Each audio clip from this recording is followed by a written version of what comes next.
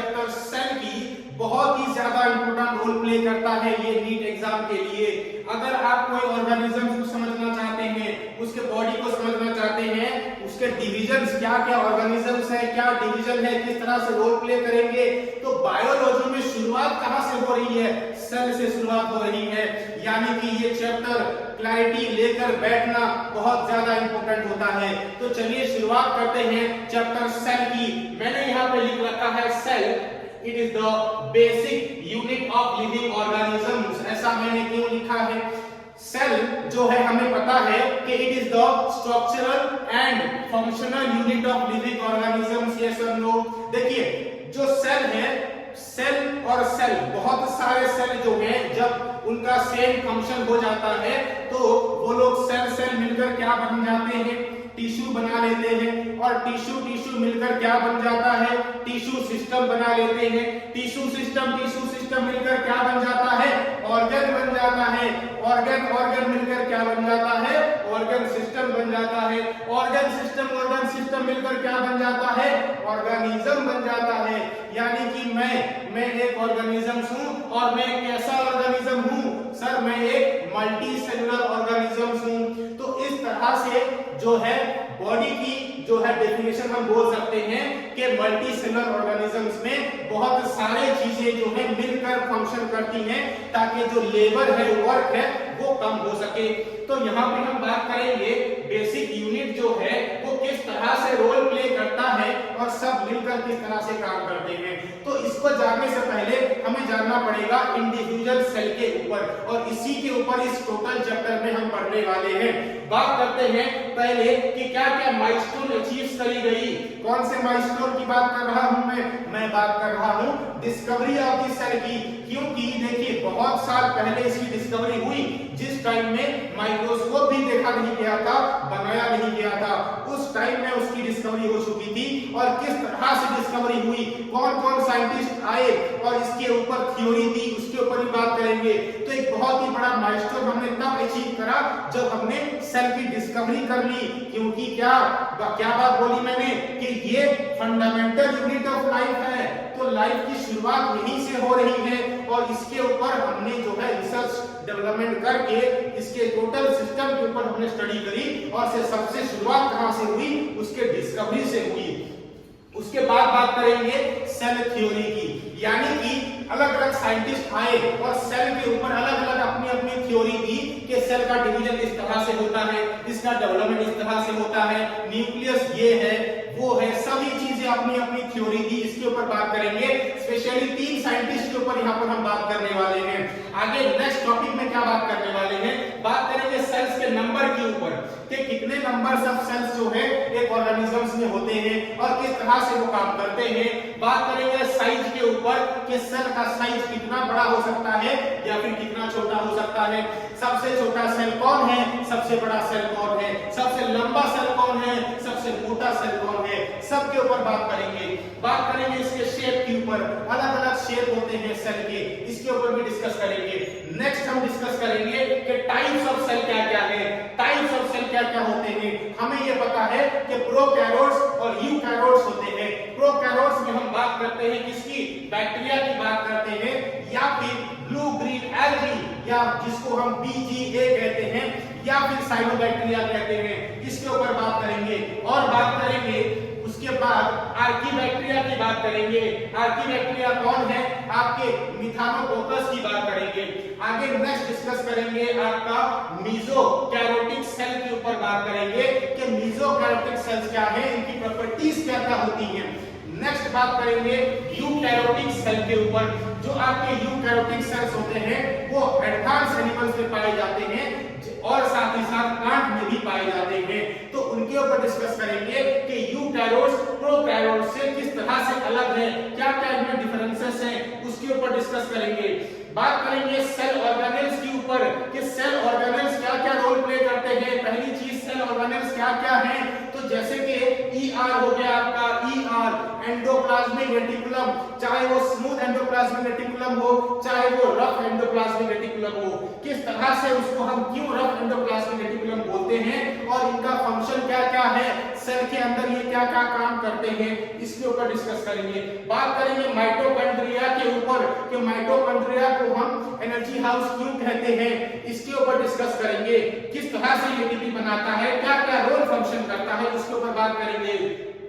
Next बात करेंगे गल्जी body के ऊपर कि गल्जी बॉडी का क्या रोल है, क्या ये पैकेजिंग करता है, क्या ये डिलीवरिंग करता है, सारी चीजें छोटी से छोटी चीजें डिस्कस करने वाले हैं। नेक्स्ट हम डिस्कस करेंगे प्लास्टिड्स के ऊपर, ये किस तरह से ये सेल को एक स्केलेटन प्रोवाइड कराते हैं, और लाइसोसोम्स के ऊपर बात करेंगे कि किस तरह से हम इसको क्यों suicidal death of the cell बोलते हैं, इसके अंदर ऐसा क्या होता है कि सबको आसपास में मार डालता है, इसका रीजन क्या है उसके ऊपर बात करेंगे। बात करेंगे माइक्रोबॉडीज के ऊपर कि माइक्रोबॉडीज क्या है, कितने टाइप्स के हैं। बेसिकली आपको 3 टाइप्स के यहाँ पे देखने को मिलेंगे, पेरिऑक्सीसोम्स मिलेगा, ग्लाइकोऑक्सीसोम्स मिलेगा और स्पेरोसोम्स मिलेंगे। इन तीनों आपके माइक्रोबॉडीज के ऊपर हम डिस्कस करेंगे। नेक्स्ट बात करेंगे आपके साइटोस्केलेटन्स के ऊपर कि साइटोस्केलेटन्स किस तरह से इसको एक स्ट्रक्चर प्रोवाइड करके सेल को एक जो है शेप दे रहे हैं। बात करेंगे माइक्रोफिलामेंट्स की, उसके स्ट्रक्चर की, बात करेंगे माइक्रोट्यूबल्स की और उसके भी स्ट्रक्चर की। नेक्स्ट हम जो है फ्लैजेला और सीलिया के ऊपर मूव करेंगे।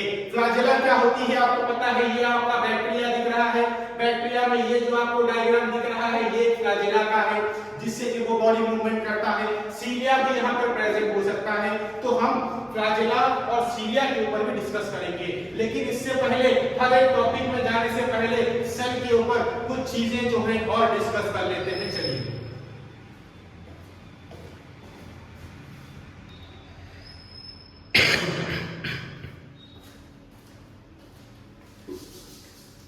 सेल जो है, सेल आपका it is the cell is the smallest unit of living matter. कोई भी लिविंग मैटर अगर प्रेजेंट है, हम बात करेंगे कि लिविंग मैटर हम किसको बोलते हैं, और लिविंग मैटर में सबसे स्मॉलेस्ट यूनिट आपका कौन होता है, तो आप बोलेंगे सर स्मॉलेस्ट यूनिट आपका होता है सेल, चाहे वो यूनिसेलुलर ऑर्गेनिजम्स हो या फिर चाहे वो मल्टीसेलुलर ऑर्गेनिजम्स हो। इसके ऊपर बात करेंगे।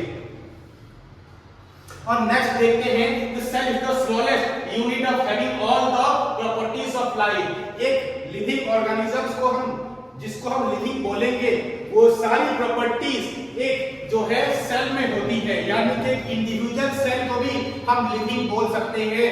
उसके अंदर अगर साइटोप्लाज्म प्रेजेंट है तो वो लिविंग कहलाएगा। नेक्स्ट बात करते हैं कि all organisms are composed of structural and functional unit of life called cell.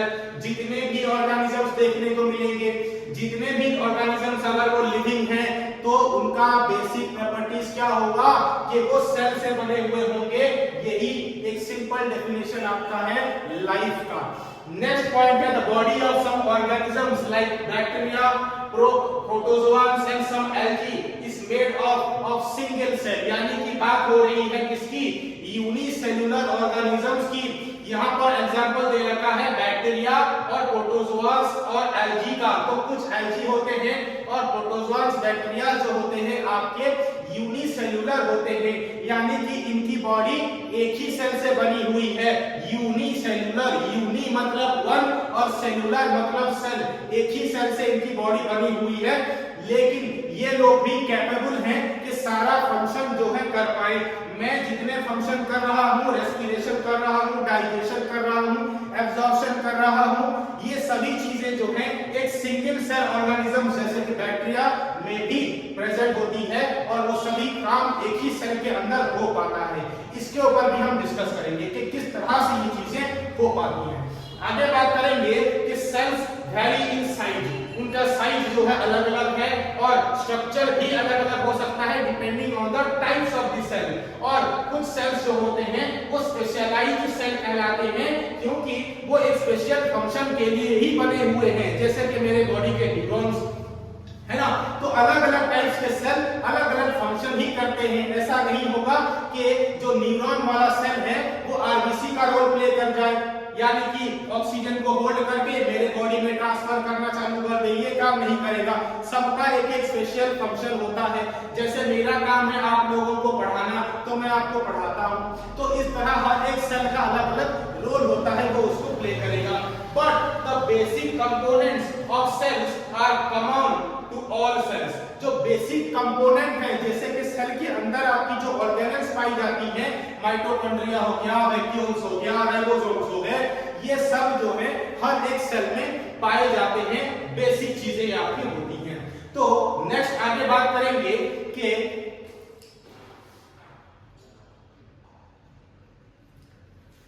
क्या क्या माइलस्टोन हमने अचीव करी, इसके ऊपर हम बात करेंगे।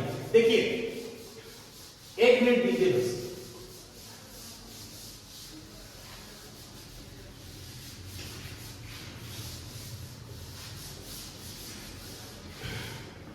बात कर रहे हैं माइलस्टोन की कि किस तरह से सेल की जो है डिस्कवरी करी गई। डिस्कवरी देखिए पहले साइंटिस्ट आते हैं कहानी में, कौन? Robert Hooke. रॉबर्ट हुक आते हैं कहानी में कब? ये आते हैं 1665 में। ये एक इंग्लिश साइंटिस्ट हुआ करते थे, यानी कि इंग्लैंड के थे और साइंटिस्ट थे जिन्होंने डिस्कवर करी, किसकी डिस्कवरी भी करी और पॉइंट भी किया उस टर्म को, यानी कि डिस्कवरी और पॉइंट द टर्म सेल।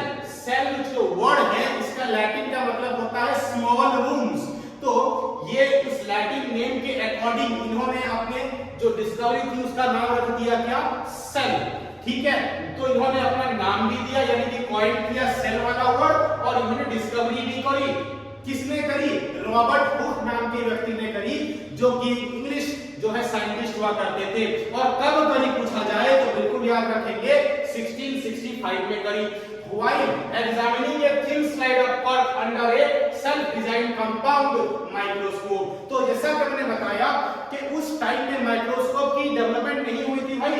उस टाइम में जस्ट एक नॉर्मल मैग्नीफाइंग ग्लास से इन्होंने, रॉबर्ट हुक ने जो है सेल की डिस्कवरी कर दी थी।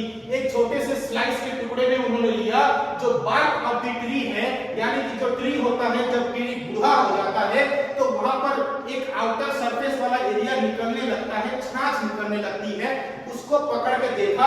और उन्होंने जब ये देखा कि छोटे छोटे कमरे जैसे वहां पर दिख रहे हैं, तो उस टाइम में उन्होंने ये नाम दे दिया कि इसका नाम भाई रख देते हैं सेल, क्योंकि सेल का मतलब होता है स्मॉल रूम्स। और वहां पर जो है रॉबर्ट हुक को स्मॉल रूम्स दिखाई देने लग गए थे। तो ये कहानी होगी रॉबर्ट हुक की। आगे बात करते हैं, the term cell was derived from the Latin word, जैसे कि मैंने बताया लैटिन वर्ड सेलुलर से आया हुआ है, जिसका मतलब होता है छोटे छोटे रूम, स्मॉल रूम्स या फिर चैम्बर्स होते हैं। तो यहाँ पर फर्स्ट टाइम डिस्कवरी करी गई रॉबर्ट हुक के द्वारा। नेक्स्ट बात करते हैं, कहानी में आते हैं 1672 में। कौन? आपके एंटोनी वॉन लीवनहुइक। आपके एनसीईआरटी में बस लीवनहुइक दे रखा है, तो इनका पूरा नाम क्या है? Antonie van Leeuwenhoek. इन्होंने ऑब्जर्व किया क्या? बैक्टीरिया को देखा, स्पर्म को देखा, रेड ब्लड सेल्स को देखा, और जो है व्हिच वर द सेल्स। और सबसे खासियत बात यह है कि लीवनहुइक ने लिविंग सेल को देखा। ये लिविंग सेल को देखा, ये आपके एक बैक्टीरिया को देखा, ऑब्जर्व किया अंडर ए माइक्रोस्कोप। इन्होंने खुद अपना माइक्रोस्कोप डेवलप किया था, उतना डेवलप नहीं था, लेकिन 2-3 ग्लासेस को सजाकर इन्होंने जो है माइक्रोस्कोप को थोड़ा बहुत डेवलप किया और फर्स्ट टाइम लिविंग सेल को देखा 1672 में लीवनहुइक ने। जो रॉबर्ट हुक ने देखा था ये डेड सेल था, क्योंकि प्लांट्स का कॉर्क वाला पार्ट था जो कि बाहर आ चुका था प्लांट से, तो वो डेड था।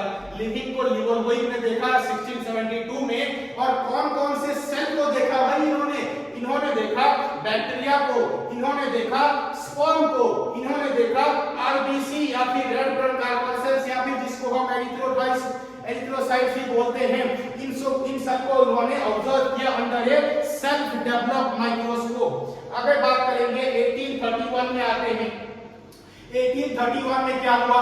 रॉबर्ट ब्राउन नाम के व्यक्ति आ गए भाई। कौन? Robert brown. देखिए कंफ्यूज मत होइएगा, फर्स्ट टाइम डिस्कवरी कब करी थी? रॉबर्ट हुक ने 1665 में। अभी आते हैं कहानी में 1831, रॉबर्ट ब्राउन करके व्यक्ति आते हैं और ये बताते, ये पहली चीज इंग्लिशमैन हुआ करते थे और ये बेसिकली कोई साइंटिस्ट नहीं थे, लेकिन जो है अलग अलग फील्ड में रिसर्च कर रहे थे।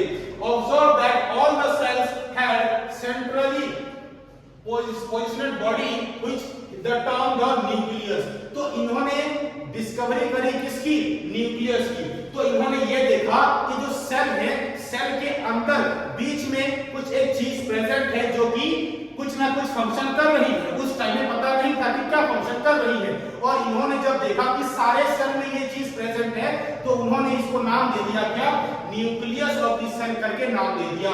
तो आपको पूछा जाएगा डिस्कवरी ऑफ द न्यूक्लियस किसने करी थी, तो आप बोलेंगे रॉबर्ट ब्राउन ने करी थी। कब करी थी, तो बोलेंगे 1831 में की थी। आगे बात करेंगे कि किस तरह के सेल्स होते हैं।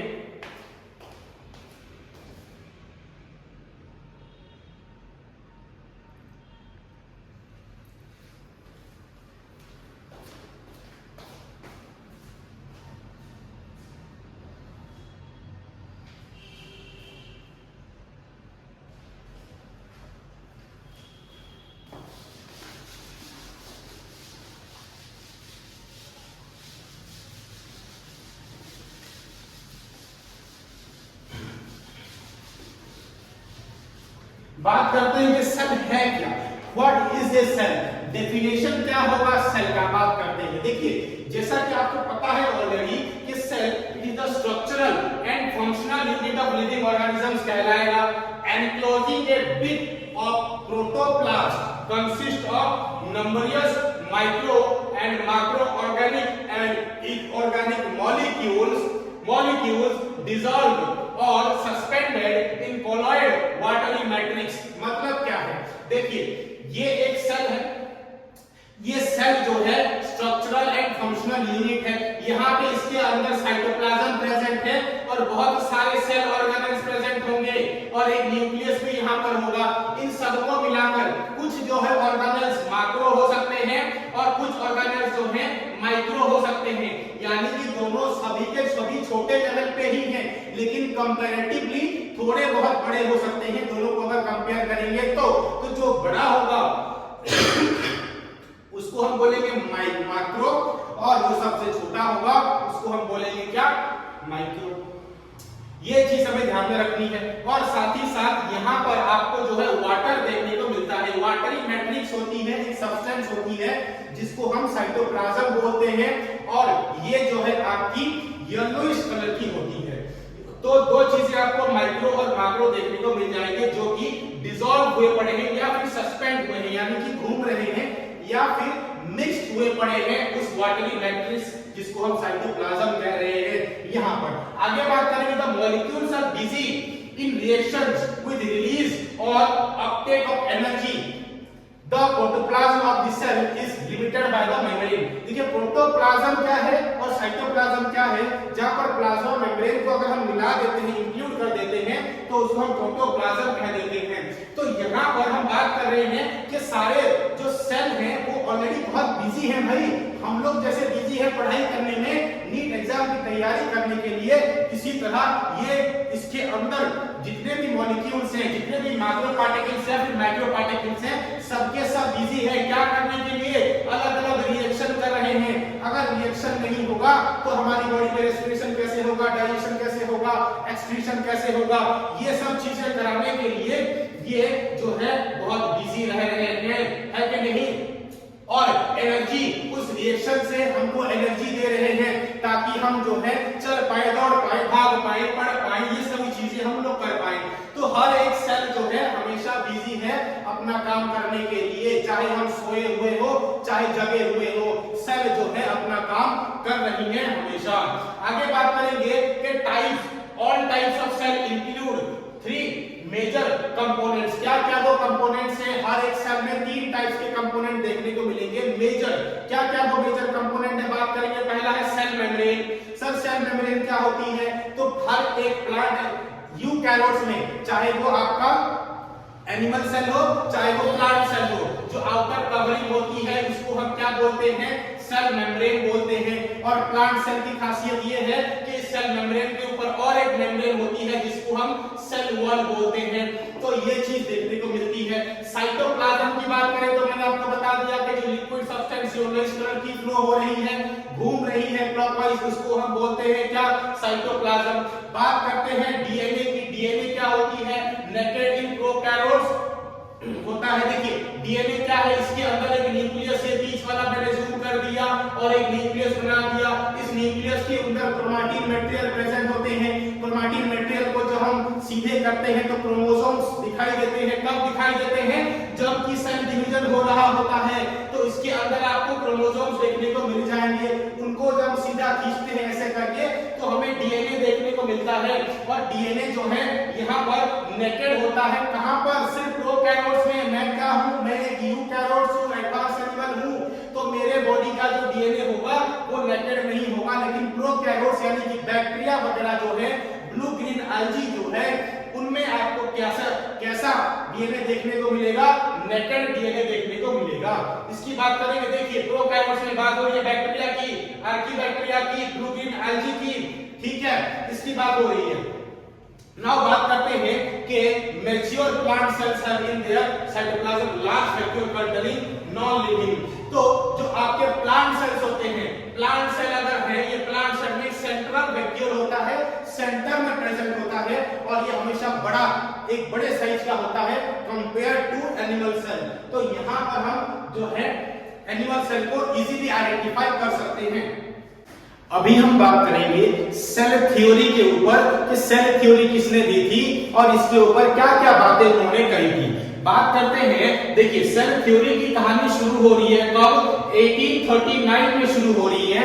यहाँ पर दो साइंटिस्ट आते हैं, पहला नाम है शेरलिन और दूसरा है शिवन।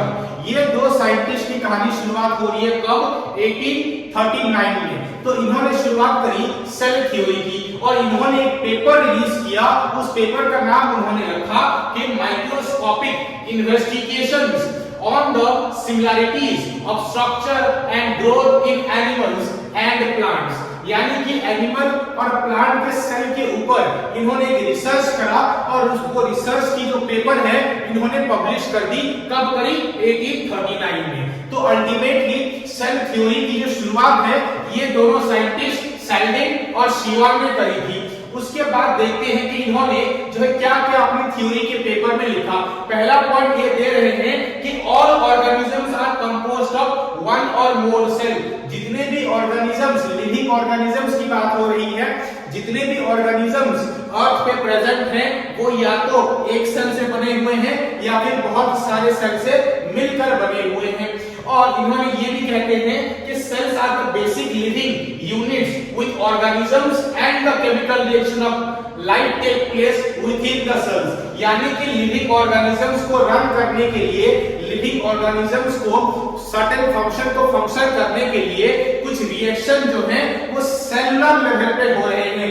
सेल के अंदर कुछ ना कुछ केमिकल रिएक्शन हो रही है जिसकी वजह से एक ऑर्गेनिज्म जो है अपना फंक्शन कर पा रहा है। और क्या बात कही इन्होंने ये कहा कि all cells arises from pre existing cells by division and are not form. देखिए ये कह रहे हैं कि जितने भी सेल्स हैं प्री एग्जिस्टिंग सेल से ही आ रहे हैं, लेकिन इन्होंने ये नहीं बताया कि उनका डिवीजन हो कैसे रहा है। यानी कि एक डिमेरिट्स आपको पूछ लिया जाए कि जो सेल थ्योरी दी गई थी शिवन और शेरलिन के द्वारा, डिमेरिट्स क्या रहेंगे? इन्होंने ये नहीं बता पाए कि सेल का जो डिवीजन हो रहा है वो किस तरह से हो रहा है। तो बाद में कहानी में आते हैं 1855 की बात करते हैं। ये साइंटिस्ट थे जर्मन के एक मेडिकल डॉक्टर थे जिनका नाम था रॉडल्फ विर्काउ। तो रॉडल्फ विर्काउ आगे जाके कहते हैं, रॉडल्फ विर्काउ कह रहे हैं कि जो प्री एग्जिस्टिंग सेल है उसी से ही सेल फॉर्मेशन हो रही है। यानी कि एक सेल यहाँ पे प्रेजेंट है और इसी सेल से और एक ऐसे करके दो सेल की फॉर्मेशन हो रही है। तो लिविंग सेल से ही इसका डिवीजन हो रहा है और यहाँ पे दो सेल बन रहे हैं। ये बात जो है 1855 में आपके विर्काउ ने बताई थी। और सेल डिवीजन का जो प्रोसेस है वो उन्होंने बताया था माइक्रोस्कोप में ऑब्जर्व करने के बाद। तो सेल डिवीजन की थ्योरी जो है आपको पूछा जाए कौन दिए थे, तो सेल डिवीजन के बारे में आपके रॉडल्फ विर्काउ ने बताया था सेल डिवीजन के ऊपर।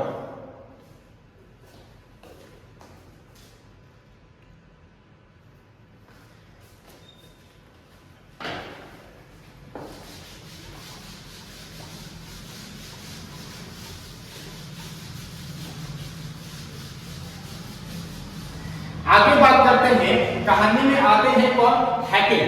हैकेल आते हैं 1866 में। ये कह रहे हैं कि जो न्यूक्लियस है, ठीक है, न्यूक्लियस को उन्होंने ऑब्जर्व करी और इन्होंने ये बताया कि जो हेरिडिटी ट्रेट्स है, यानी कि जो जेनेटिक कैरेक्टर्स हैं जो मेरे फादर से मुझे मिले हैं, मुझसे मेरे सन को मिलेंगे, ये कैरेक्टर्स जो है कहीं ना कहीं ये न्यूक्लियस से रिलेटेड है। न्यूक्लियस से ही कुछ ऐसे मटेरियल प्रेजेंट हैं जो कि ट्रांसफर करते हैं कैरेक्टर्स को। ये चीज इन्होंने बताई थी 1866 में। Now cell theory was modified accordingly. ये सभी चीजें डिस्कवर होने के बाद जो है सेल थ्योरी को मॉडिफाई किया गया, उसके प्रिंसिपल, उसको बोला गया क्या? सेल प्रिंसिपल या फिर सेल डॉक्ट्राइन करके नाम दिया गया। तो सेल थ्योरी को आज के जमाने में हम सेल प्रिंसिपल या फिर सेल डॉक्ट्राइन हम कहते हैं, क्योंकि टाइम टू टाइम इसमें और भी मॉडिफिकेशन किए गए। जब एडवांस माइक्रोस्कोप डेवलप हुआ तो टाइम टू टाइम वहां पे हमने चेंजेस करी। नाउ मॉडर्न सेल थ्योरी पे आते हैं। मॉडर्न सेल थ्योरी क्या कह रहा है? देखिए, मॉडर्न सेल थ्योरी जो कहता है cell is the structural and functional unit of living organisms. ये पहली चीज हो गई कि ये fundamental unit of living organisms है सेल। तो सेल थ्योरी की पहला पॉइंट हो गया। नेक्स्ट ये कह रहा है कि जो सेल है, सेल क्या है? प्री एग्जिस्टिंग सेल से, प्री एग्जिस्टिंग सेल से जो है वो बाहर आता है, यानी कि सेल की डिवीजन जो है वो एक सेल से दो सेल बनते हैं, 2 से 4 बनते हैं, 4 से 8 बनते हैं। इसी तरह से सेल का डिवीजन जो है वो होता रहता है। ये मॉडर्न सेल थ्योरी में कहा जा रहा है। नाउ आल्सो यहाँ पर बात हो रही है कि सेल के पास हर एक न्यू सेल जब फॉर्मेशन हो रहा है, यहाँ पर एक सेल है तो 2 सेल जो ये बन रहे हैं, सबके पास, इसके पास भी जो जेनेटिक मटेरियल प्रेजेंट है वही जेनेटिक मटेरियल इसके पास ही प्रेजेंट होगा और इसके पास ही प्रेजेंट होगा। ये जब डिवाइड करेंगी वही जेनेटिक मटेरियल इन चारों के पास प्रेजेंट होंगी। तो ये जो पेरेंट सेल होगा उसके डॉटर, सभी डॉटर सेल में सेम जेनेटिक इंफॉर्मेशन जो है वो स्टोर होगी। यही बात यहाँ पर कही गई है। नाउ बात करते हैं कि एनर्जी फ्लो क्या है। Energy flow occur within the cell, यानी कि हर एक पार्टिकल्स को, हर कोई भी चीज, चाहे हम ह्यूमन बीइंग हो, चाहे छोटा सा यूनिसेलुलर ऑर्गेनिजम्स हो, उसको काम करने के लिए कुछ ना कुछ एनर्जी चाहिए। और वो एनर्जी कहां से आती है? जो भी केमिकल रिएक्शन हो रहे हैं उस सेल के अंदर, उसकी वजह से उसको एनर्जी मिलती है। तो कोई ना कोई एनर्जी जो है फॉर्मेशन हो रही है सेल के अंदर, जिसकी वजह से वो सेल जो है परफॉर्म कोई भी काम कर रहा है। तो ये बात कही जा रही है। Now the cell contains heredity information. Heredity information जो है वो स्टोर करता है किसके फॉर्म में? हमें पता है डीएनए, डीऑक्सी राइबोन्यूक्लिक एसिड के फॉर्म में जो है हेरिडिटी जो है ट्रांसफर होती है from one generation to the next generation. और सेल डिवीजन जब तक होता रहेगा तब तक हेरिडिटी जो है वो ट्रांसफर होती रहेगी। मूव करते हैं नेक्स्ट स्लाइड।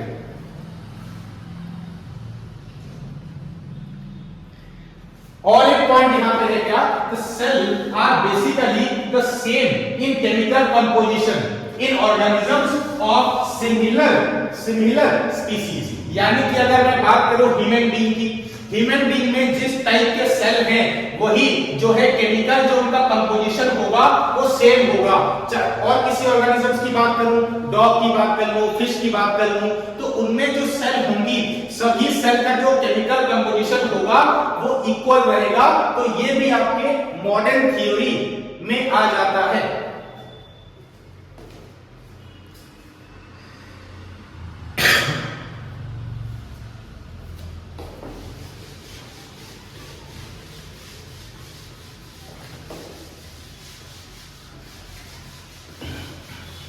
अभी हम बात करेंगे कि जो मॉडर्न सेल थ्योरी है इसमें क्या क्या फीचर्स हैं, क्या क्या चीजें हैं जो हमें यहाँ पे जाननी चाहिए। देखिए, पहला पॉइंट ये है कि all living things are made of one or more sales. एक या फिर बहुत सारे सेल से बने हुए हैं, ये चीज मैंने आपको बता दी है। और क्या चीजें हैं कि some organisms are made up of only one cell. Only one cell को हम क्या बोलते हैं? तो बोलेंगे यूनिसेलुलर ऑर्गेनिजम्स बोलते हैं हम उनको। जो लोग बहुत सारे सेल से मिलकर बने हुए हैं उनको हम क्या बोलते हैं? उनको हम मल्टी सेलुलर बोलते हैं, मल्टी सेलुलर। तो तो मल्टीसेलुलर ऑर्गेनिजम्स में और यूनिसेलुलर ऑर्गेनिजम्स में डिफरेंस ये है कि नंबर ऑफ सेल्स जो है वेरी करेंगे। Other are multicellular composed of a number of cells, दो या फिर दो से ज्यादा, हमारी बॉडी में ट्रिलियंस ऑफ सेल्स हैं, तो बहुत सारे सेल्स से अगर मिले हुए हैं तो उसको हम मल्टीसेलुलर ऑर्गेनिजम्स बोलते हैं। नाउ बात करेंगे the activity of an organisms depends on the total activity of independent cells. मेरे बॉडी में कितने सेल्स हैं, ठीक है, सभी लोग जो है मिलकर काम कर रहे हैं, लेकिन सबका एक अलग अलग फंक्शन है। जैसे कि मेरे लीवर्स के सेल हैं, उनका एक पर्टिकुलर सेल जो है फंक्शन है, मेरे बॉडी में जो नर्व सेल हैं उनका एक पर्टिकुलर फंक्शन है, तो सब मिलकर एक सिस्टम प्रोवाइड कर रहे हैं, लेकिन इंडिविजुअली जो है वो फंक्शन कर रहे हैं। Depending upon the species requirement the cells get modified. बहुत ही अच्छी बात है कि हमारे बॉडी में जो सेल्स बन रहे हैं वो डिपेंड करेगा कि हमारा रिक्वायरमेंट कितना है। जब हम छोटे होते हैं तो हमारी बॉडी का ग्रोथ बहुत इंपॉर्टेंट होता है, तो ग्रोथ के लिए जो सेल रेस्पॉन्सिबल है वो जल्दी से जल्दी डिवीजन होगा और डिवीजन के साथ वो ग्रोथ सेल में कन्वर्ट होंगे। जैसे कि अगर मैं बात करूं कि आपका मसल्स है, मसल सेल जो है आप जितना ज्यादा एक्सरसाइज करेंगे, जितना ज्यादा जिम करेंगे, उतना ज्यादा आपके मसल सेल जो है और इलोंगेट होते जाएंगे और स्ट्रॉन्ग होते जाएंगे। तो रिक्वायरमेंट जब पड़ेगी तो सेल का डिवीजन जो है तेजी से होगा और वही टाइप के सेल्स बनेंगे। नर्व सेल जैसे हो गए, इसका एक पर्टिकुलर फंक्शन है कि इंफॉर्मेशन को ट्रांसफर करना, तो ये काम जो है हमारे बॉडी में नर्व सेल करता है। लॉस ऑफ न्यूक्लियस जो हो जाती है कहां पे, आरबीसी में। हमारे बॉडी में जो आरबीसी बन रहे हैं स्टार्टिंग में उनके पास न्यूक्लियस होता है, लेकिन क्योंकि रिक्वायरमेंट ये है कि आरबीसी को ऑक्सीजन को स्टोर करना है, ट्रांसफर करना है, उसको स्पेस चाहिए, तो वो अपने न्यूक्लियस को बाहर कर देता है। तो ये भी एक रिक्वायरमेंट हो गई बॉडी की। उसके साथ साइटोप्लाज्म जो है हमारे स्किन के सेल में एब्सेंट होता है, तो इस तरह की रिक्वायरमेंट को फुलफिल करता है टाइम टू टाइम ये सभी सेल्स।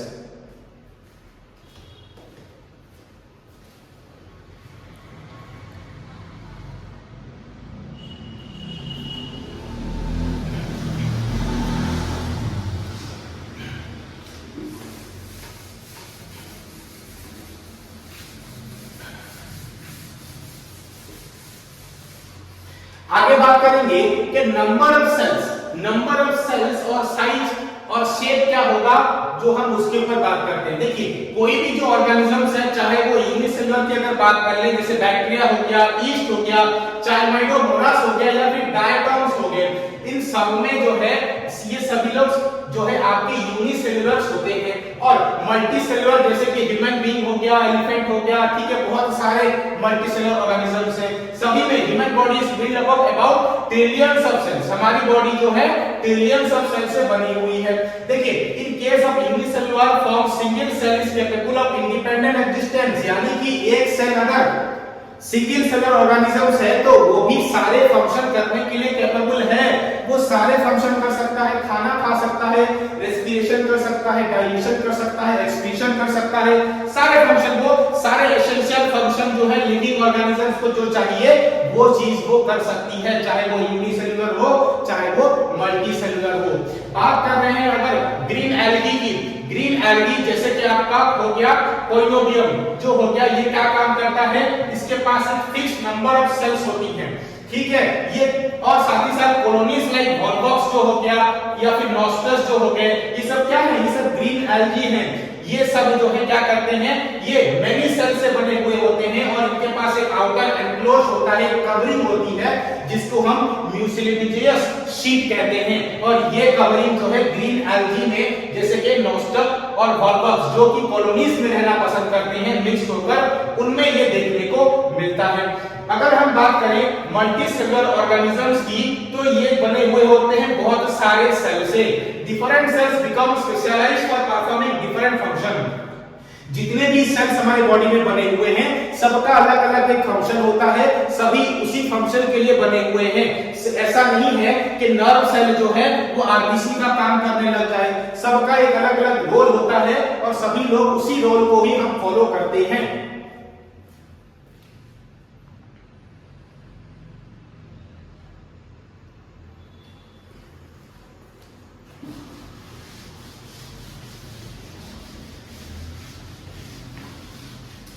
जैसा कि मैंने आपको बताया कि जो सेल है, सेल जो है मिलकर क्या बनाते हैं, टिश्यू बनाते हैं, टिश्यू मिलकर ऑर्गन बनाएंगे, ऑर्गन मिलकर ऑर्गन सिस्टम बनेगा, फिर एक ऑर्गेनिजम्स बनेगा। तो ऑर्गेनिजम्स को डेवलप होने के लिए उसकी जो सबसे छोटी यूनिट कौन है, तो आप बोलेंगे सर ये सेल होती है। कुछ डायग्राम दे रखा है, जैसे कि यहाँ पर चार्माइडोमोनास का दे रखा है। इस डायग्राम को आपको ध्यान से देखना है क्योंकि डायग्राम एग्जाम में पूछे जाएंगे। तो यहाँ पे चार्माइडोमोनास, यहाँ पे आप देख सकते हैं कोलेनेला, यहाँ पर ई कोलाई बैक्टीरिया, ठीक है। यहाँ पर अलग अलग आपको जो है सभी डायग्राम देखने को मिल जाएंगे। ये आपको वॉल्वॉक्स देखने को मिल रहा है, ठीक है। ये आपको प्लास्ट्रियम देखने को मिल रहा है, ये स्पाइरोगायरा देखने को मिल रहा है, ये पैरामीशियम देखने को मिल रहा है, ठीक है। अलग अलग सभी बैक्टीरियाज या फिर जो ऑर्गेनिजम्स हैं, इसके डायग्राम को आपको अच्छे से देखना है। इस डायग्राम के अकॉर्डिंग क्वेश्चंस पूछे जाएंगे। ई कोलाई जो है, इश्चेरिचिया कोलाई जो हमारी बॉडी में पाया जाता है, एक अच्छा जो है बैक्टीरिया है हमारे गट्स के लिए, हमारे डाइजेशन के लिए। साथ ही साथ दिखाए गए हैं, देखिए आपका पिनेरियम देखा गया है, हाइड्रा है, स्टारफिश है और यहाँ पर एक प्लांट का डायग्राम बना हुआ है। तो ये सब आपको जो है याद रखना है। ये स्पाइरोगायरा हो गया, ये सब जो है सेल्स के डायग्राम आपको याद रखने हैं। क्वेश्चंस के अकॉर्डिंग जो है आपको पूछा जा सकता है कि इनमें से यूनिसेलुलर कौन है और मल्टीसेलुलर कौन है। तो आप बिल्कुल अभी क्या करेंगे, डिफरेंशिएट कर लेंगे कि इनमें से मल्टीसेलुलर कौन है और यूनिसेलुलर कौन है। इनमें से जो बैक्टीरिया होंगे, जो ब्लू ग्रीन एल्गी होंगे, वो क्या कहलाएंगे, यूनिसेलुलर कहलाएंगे। और बाकी आपकी जो स्टारफिश, प्लांट, हाइड्रा, ये सब क्या है, मल्टीसेलुलर ऑर्गेनिजम्स कहलाएंगे। अभी हम बात करेंगे किसकी, बात करेंगे साइज ऑफ द सेल की बात करेंगे।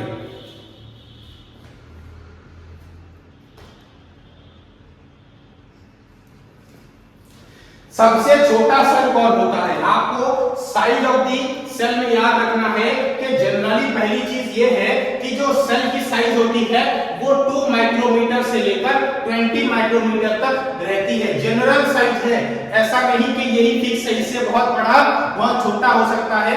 लेकिन एनवायरनमेंट में, अर्थ में अगर हम सारे सेल्स को मिला दिया जाए तो एक एवरेज हम ले सकते हैं कि 20 माइक्रोमीटर से 0.2 माइक्रोमीटर से 20 माइक्रोमीटर तक सेल की साइज एवरेज मानी जा सकती है। अगर हम सबसे छोटा यानी कि पीपीएलओ, जिसको हम माइक्रोप्लाज्म भी कहते हैं, इसका पूरा नाम है माइक्रोप्लाज्म गैलिस्पेक्टम, इसका साइज जो होता है 0.1 माइक्रोमीटर होता है, यानी कि ये सबसे स्मॉलेस्ट सेल कहा जाएगा अर्थ में। नाउ बात करते हैं अगर बैक्टीरिया की। बैक्टीरिया जो है ये यूनिसेलुलर ऑर्गेनिजम्स होता है और 10 times smaller than the animal cell. Animal cell से बहुत ही ज्यादा छोटा होता है, 10 टाइम्स। अगर साइज पूछ लिया जाए बैक्टीरिया का, तो क्योंकि बैक्टीरिया अलग टाइप्स के हैं, तो आप बोलेंगे ये 0.3 माइक्रोमीटर से लेकर 0.5 माइक्रोमीटर हम इसको लिखते हैं, किसका, बैक्टीरिया का साइज। बात कर रहे हैं ई कोलाई बैक्टीरिया की, इश्चेरिचिया कोलाई की, तो ये लोग रॉड शेप के होते हैं, बैक्टीरिया होते हैं और इनका साइज जो होता है वो 1 to 2 माइक्रो लॉन्ग हो सकता है। बात हो रही थी ई कोलाई की। अगर हम बात करें प्रोटोजोआन्स की, जैसे कि एग्जांपल है आपका एमोइबा। एमोइबा का अगर साइज मान लिया जाए तो 220 से लेकर 760 माइक्रोमीटर तक ये हो सकता है, यानी कि साइज में बहुत बड़ा है। बात करेंगे अगर प्लांट सेल की, तो जैसा मैंने बोला कि प्लांट सेल जो है बड़े होते हैं कंपेयर टू बैक्टीरिया और एनिमल्स। तो यहाँ पर जो प्लांट सेल की, जो यहाँ पे एनिमल सेल की जो रेंज है, क्या है, एनिमल सेल की रेंज 10 माइक्रोमीटर से 30 माइक्रोमीटर है। लेकिन प्लांट सेल की अगर बात कर ले हम, तो ये 10 माइक्रोमीटर से लेकर 100 माइक्रोमीटर तक की साइज हो सकती है। यानी कि सबसे छोटा पहले हो गया बैक्टीरिया, उसके बाद हो गया आपका एनिमल सेल और सबसे बड़े में आ जाता है आपका प्लांट सेल। ये सारी चीजें जो है आपको ध्यान में रखनी है।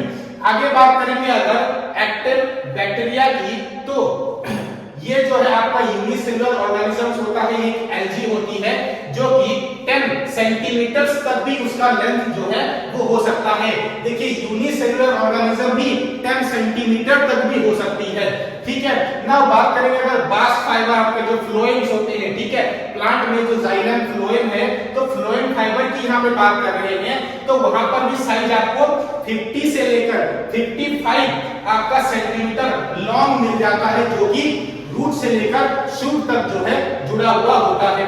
सबसे देखिए आपका वो जो जिराफ का नर्व सेल होता है, क्योंकि जिराफ बहुत लंबा होता है, उसका नेक और उसके ब्रेन को उसके बॉडी से कनेक्ट करने के लिए एक लंबे सेल्स की रिक्वायरमेंट होगी। एक बड़ा लंबा सा सेल उसके नेक से होता हुआ आता है, ब्रेन से नेक से बॉडी तक आता हुआ रहता है, और उसका जो लेंथ होता है वो अप टू 2 मीटर तक भी हो सकता है।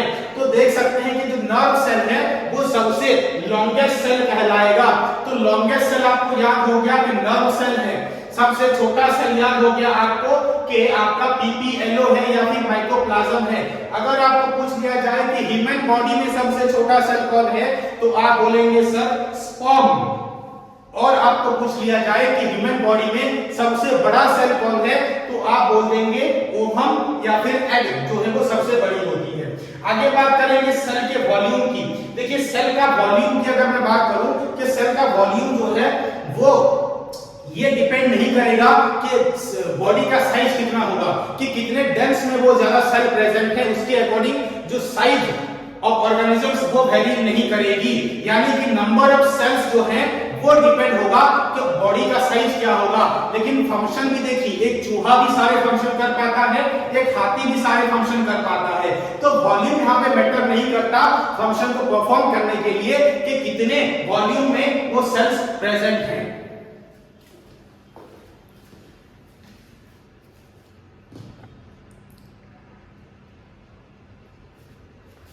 नाउ यहाँ पे आप देख पा रहे हैं जैसे कि which cell type is larger. आपको मैंने बता दिया इससे पहले ही कि जो सेल है ये आपको क्या दिख रहा है, ये आपका एक प्लांट सेल है। प्लांट सेल सबसे बिगेस्ट है, ये बिगेस्ट है। ये एनिमल सेल है तो मैं इसको बिगर लिख देता हूं, बिगर। और ये आपका एक, ये आपके बैक्टीरिया सेल, तो बैक्टीरिया क्या होंगे, सबसे स्मॉल हो जाएंगे, बैक्टीरिया सबसे स्मॉल हो जाएंगे। तो ऑर्डरली मैनर में भी आपको याद रखना है कि बिगेस्ट आपका प्लांट सेल, उसके बाद आपका एनिमल सेल, और सबसे छोटा जो है आपका बैक्टीरिया हो जाता है। ये चीजें आपको ध्यान में रखकर चलनी है।